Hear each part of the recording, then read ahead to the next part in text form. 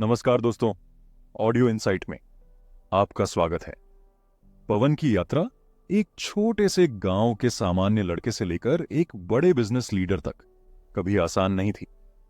Part 1 में आपने देखा कि कैसे पवन ने अपनी कड़ी मेहनत, संघर्ष और आत्मविश्वास के बल पर शुरुआती मुश्किलों को पार किया। उसने जीवन की कठिनाइयों से जूझते हुए उन सबकों को सीखा जिन्हें हर सफल व्यक्ति को सीखना जरूरी होता है। पवन की संघर्षपूर्ण शुरुआत में उसने खुद को साबित करने के लिए हर चुनौती का सामना किया, लेकिन असल कहानी तो अभी बाकी थी। अब पार्ट 2 में पवन का सफर नया मोड़ लेता है। उसे एक किताब मिली, द 48 लॉज ऑफ पावर। यह किताब न सिर्फ पवन के जीवन में एक नया आयाम लेकर आई, बल्कि उसने उन 48 नियमों को अपनी जिंदगी में उतारने की ठानी। इन नियमों के माध्यम से पवन ने न केवल अपने व्यक्तिगत और व्यावसायिक जीवन में सफलता पाई, बल्कि अपने अंदर की शक्ति को भी पहचानने और उसे उपयोग में लाने का तरीका समझा। आज पवन उस मुकाम पर खड़ा है जहां उसके पास सभी उत्तर हैं। उसने हर एक नियम को अपनी परिस्थितियों और अपने अनुभवों के आधार पर अपनाया और इसने उसे एक नई दिशा दी। पवन की कहानी अब पार्ट 1 से कहीं अधिक गहरी और प्रेरणादायक हो चुकी है। यह यात्रा अब उस शक्ति की खोज पर केंद्रित है जो हर किसी के अंदर होती है, लेकिन उसे पहचानने और सही तरीके से इस्तेमाल करने के लिए हमें सही दिशा में सोचने की जरूरत होती है। तो चलिए हम फिर से पवन की कहानी के अगले अध्याय पर चलते हैं, जहां वह न केवल खुद को बल्कि दूसरों को भी सफलता के रास्ते पर ले जाने की कला सीखता है। अब हम पवन की यात्रा के अंतिम चरण में पहुंच चुके हैं। उसने द 48 लॉज ऑफ पावर के पहले 30 नियमों को सफलता से अपनाया और अब वह किताब के अंतिम 18 नियमों की मदद से अपनी पूरी ताकत का एहसास करने जा रहा है। यह नियम उसे केवल एक बेहतर व्यक्ति नहीं बनाएंगे, बल्कि एक अद्वितीय नेता, रणनीतिकार और विजेता भी बनाएंगे। पवन के निर्णय, उसकी कार्यशैली और दृष्टिकोण में अब पूरी तरह से बदलाव आ चुका है और अब वह अपनी मंजिल की ओर और तेजी से बढ़ेगा। Law 31, control the fame. किसी के नाम को नियंत्रित करना, उसकी छवि को अपने तरीके से गढ़ना। पवन ने समझा कि लोगों की नजरों में अपनी एक अलग पहचान बनाना जरूरी है। वह अब जानता था कि नाम और पहचान से ही सफलता की राह आसान होती है। इस नियम का पालन करते हुए पवन ने अपने काम में एक ऐसा पहलू जोड़ा जिससे उसकी एक अलग छवि बन गई। वह अब सिर्फ एक साधारण व्यक्ति नहीं था, बल्कि एक ऐसा शख्स था जिसे लोग पहचानते थे और उसकी एक छवि थी जो लोगों के दिलों में बसी हुई थी। Law 32, destroy the darkness. अपने दुश्मनों को पूरी तरह से नष्ट करना। जब पवन ने देखा कि उसके रास्ते में कुछ लोग आकर उसे नुकसान पहुंचाना चाहते हैं, तो उसने इसे चुनौती के रूप में लिया। इस नियम के तहत पवन ने अपने दुश्मनों को पूरी तरह से नष्ट कर दिया। लेकिन वह केवल बाहरी संघर्षों से नहीं लड़ रहा था, वह अपने भीतर के डर, असमर्थता और संकोच से भी लड़ा। उसकी मानसिक ताकत ही उसे सफल बनाती थी। Law 33, circle of power. अपने चारों ओर शक्तिशाली लोगों का एक समूह बनाना। पवन अब सिर्फ एक व्यक्ति नहीं, बल्कि एक नेटवर्क का हिस्सा बन चुका था। उसने अपने आसपास एक ऐसे लोगों का सर्कल बना लिया था जो उसे प्रेरित करते थे और उससे सीखते थे। उसने जाना कि किसी भी नेतृत्व के लिए सही टीम का होना कितना जरूरी है। इस शक्ति के सर्कल ने पवन को और भी सशक्त बना दिया। लॉ 34, हर निर्णय में आत्मविश्वास। अपने हर निर्णय में आत्मविश्वास होना चाहिए। पवन ने सीखा कि खुद पर विश्वास करने से कोई भी निर्णय सही हो सकता है। अब वह अपने फैसलों में पूरी तरह से आत्मविश्वास से भरा हुआ था। उसके निर्णयों में न केवल सोच समझ थी, बल्कि वह पूरी तरह से विश्वास करता था कि वह जो भी करेगा वह सही करेगा। लॉ 35, कार्य को अधिक मूल्यवान बनाओ। अपनी कार्यशैली को इतना प्रभावशाली बनाओ कि लोग उससे आकर्षित हों। पवन अब केवल एक कर्तव्यनिष्ठ व्यक्ति नहीं था, वह अपनी कार्यशैली को भी अधिक प्रभावशाली बना चुका था। उसने अपने काम को ऐसा बना दिया था कि लोग उससे प्रभावित होते थे। वह जो भी करता, वह हर काम को सर्वोत्तम तरीके से करता। इसने उसकी पहचान को और मजबूत किया और उसे एक लीडर बना दिया। लॉ 36, बिना किसी कारण के खोना, हर हार को एक अवसर के रूप में लेना।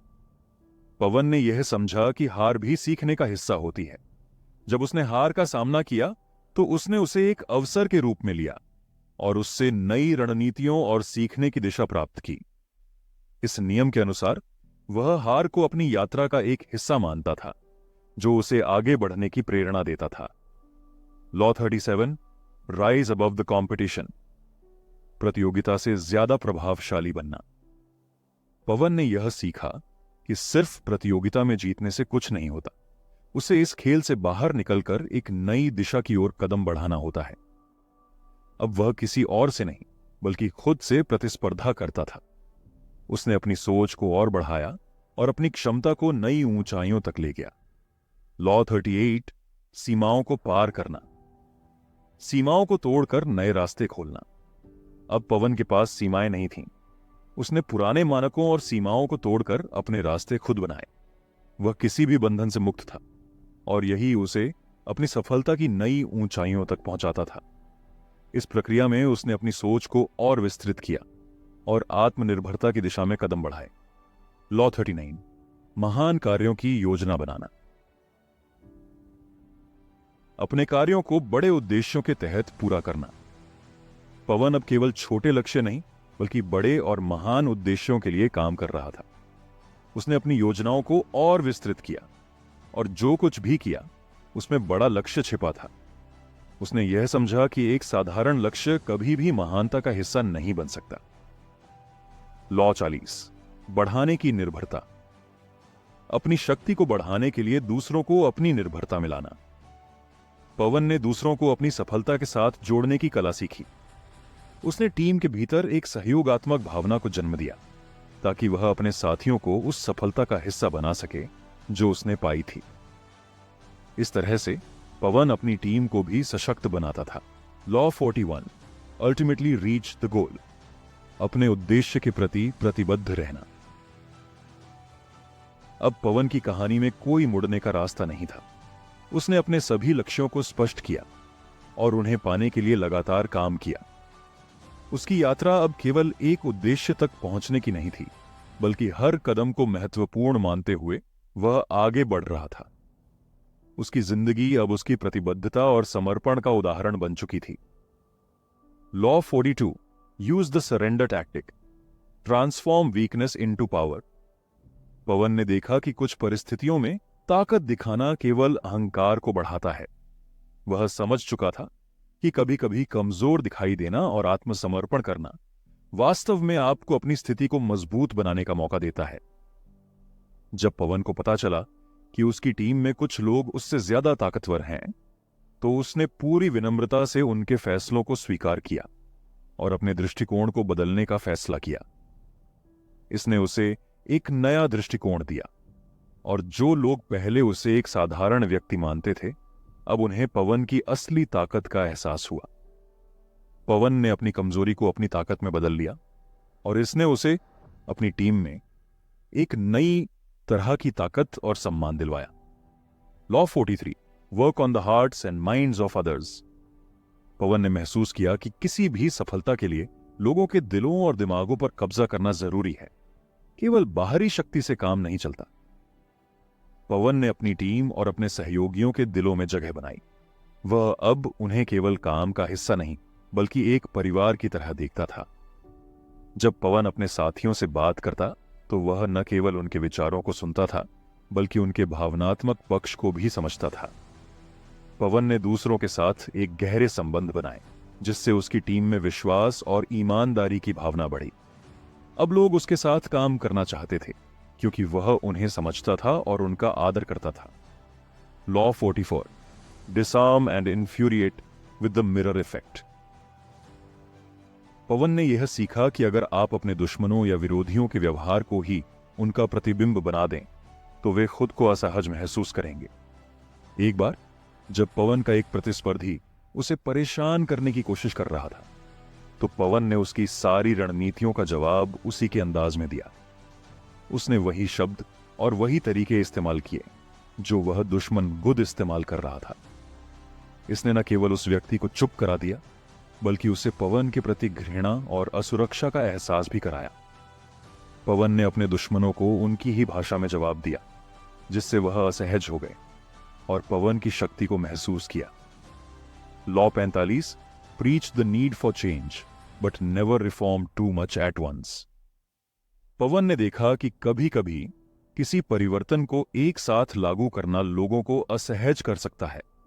उसने समझा कि बदलाव आवश्यक होता है, लेकिन धीरे धीरे और समझदारी से करना चाहिए। पवन ने अपनी टीम में छोटे छोटे बदलाव शुरू किए और एक बार में बहुत अधिक न बदलने का निर्णय लिया। यह परिवर्तन बिना किसी विरोध के धीरे धीरे सफल हो गए। पवन ने हर बदलाव को धीरे धीरे लागू किया, जिससे लोग उन बदलावों को सहजता से स्वीकार कर सके। इसने टीम में नई ऊर्जा और उद्देश्य का संचार किया। Law 46 never appear too perfect. Pawan ने यह जाना कि अगर आप खुद को बहुत परफेक्ट दिखाने की कोशिश करते हैं तो लोग आपके खिलाफ हो सकते हैं। वह अब जानता था कि अपूर्णता में भी एक खूबसूरती है। उसने अपनी कुछ कमजोरियों को स्वीकार किया और उन्हें अपनी शक्ति बना लिया। जब पवन ने अपनी असफलताओं और कमजोरियों के बारे में खुलकर बात की तो लोग उससे जुड़ने लगे और उसकी सच्चाई और ईमानदारी की सराहना करने लगे। पवन ने अपने आप को अधिक मानव रूप में प्रस्तुत किया, जिससे लोग उससे जुड़ने लगे और उसकी छवि और भी मजबूत हो गई। Law 47 do not go past the mark you aimed for. In victory learn when to stop.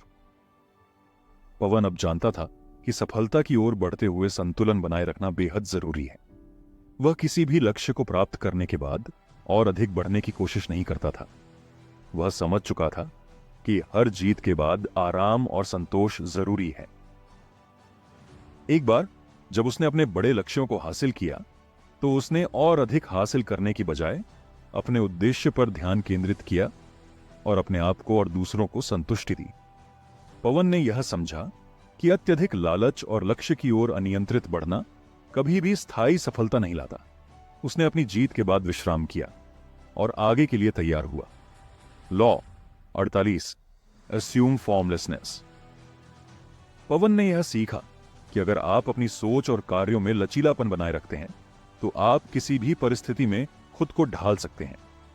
जब पवन ने देखा कि उसे अपने व्यापार और कार्यों में बदलाव की जरूरत है तो उसने अपने रूप और कार्यशैली को बदल दिया। वह अब कोई निश्चित रूप या दिशा नहीं अपनाता था। उसकी रणनीतियां हमेशा बदलती रहती थीं और यही उसकी ताकत थी। पवन ने अपने तरीकों में लचीलापन लाया और हर परिस्थिति में खुद को नए रूप में ढाला, जिससे उसे हर चुनौती का सामना करने में आसानी हुई। दोस्तों, पवन की यात्रा और अंततः उसकी सफलता का सार यह था कि उसने अपनी रणनीतियों को समय के साथ बदला और हर मौके का फायदा उठाया। द 48 लॉज ऑफ पावर ने उसे केवल शक्ति की दुनिया में नहीं, बल्कि जीवन के हर क्षेत्र में सशक्त बनाया। उसने अपनी सोच को विस्तार दिया, हर परिस्थिति में अपने आप को बदलने की कला सीखी और कभी भी अपने लक्ष्य से पीछे नहीं हटा। पवन का अनुभव यह सिखाता है कि सच्ची शक्ति केवल दूसरों पर नहीं, बल्कि खुद पर काबू पाने में है। पवन की यात्रा ने हमें यह सिखाया कि शक्ति सिर्फ बाहरी प्रभावों में नहीं, बल्कि खुद की समझ, आत्मविश्वास और रणनीतिक सोच में निहित होती है। द 48 लॉज ऑफ पावर किताब ने पवन को वह दृष्टिकोण दिया जो उसे आगे बढ़ने और अपनी पूरी क्षमता का उपयोग करने में मददगार साबित हुआ। शुरुआत में पवन ने संघर्षों को अपने रास्ते की रुकावट माना था, लेकिन जैसे जैसे वह इन नियमों को समझने लगा, उसने जाना कि यही कठिनाइयां उसे असली ताकत देती हैं। पवन ने जो कुछ भी सीखा उसे उसने केवल खुद तक सीमित नहीं रखा।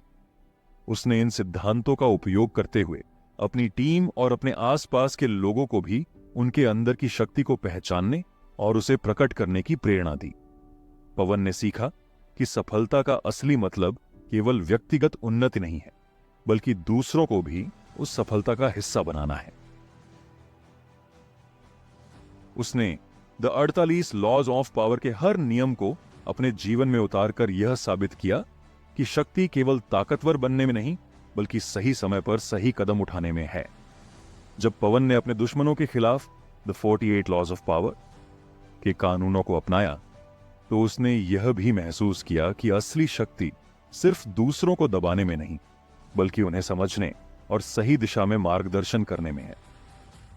पवन ने अपने संघर्षों से सीखा कि हर हार से एक नई सीख मिलती है, और अगर आप सही तरीके से अपनी गलतियों से सीखते हैं तो कोई भी ताकत आपको आपकी मंजिल तक पहुंचने से रोक नहीं सकती। यही कारण है कि पवन ने उन 48 नियमों को न केवल खुद अपनाया, बल्कि उन्हें अपने जीवन का हिस्सा बना लिया। पवन की यात्रा अब भी जारी है, लेकिन एक बात साफ है, उसने सच्ची शक्ति की खोज की है, और अब वह न केवल अपनी जिंदगी को बदलने में सफल हुआ है, बल्कि दूसरों की जिंदगी में भी बदलाव ला रहा है। उसने सीखा कि जीवन के हर पहलू में शक्ति है, अगर हम उसे समझ पाएं और सही तरीके से उसका इस्तेमाल कर सकें। दोस्तों, अंत में यही कह सकता हूं कि द 48 लॉज ऑफ पावर ने पवन को एक नई दिशा दी, और इसी दिशा में वह आज भी अग्रसर है। अगर पवन की कहानी ने आपको प्रेरित किया है, तो यकीन मानिए आप भी उन नियमों को अपने जीवन में लागू कर सकते हैं और अपनी शक्ति को पहचान सकते हैं। यह किताब न केवल पवन की, बल्कि हर उस व्यक्ति की कहानी है जो अपने संघर्षों को अवसरों में बदलने की कला जानता है। तो अगर आपको यह वीडियो पसंद आया हो और पवन की कहानी ने आपकी सोच को नया मोड़ दिया हो, तो ऑडियो इनसाइट को सब्सक्राइब जरूर करें, वीडियो को लाइक करें और इसे अपने दोस्तों के साथ शेयर करें, ताकि उनकी भी जिंदगी में बदलाव आ सके। आपका जीवन बेहतर बनाएं, अपनी शक्ति को पहचानें और सफलता की राह पर आगे बढ़ें। धन्यवाद।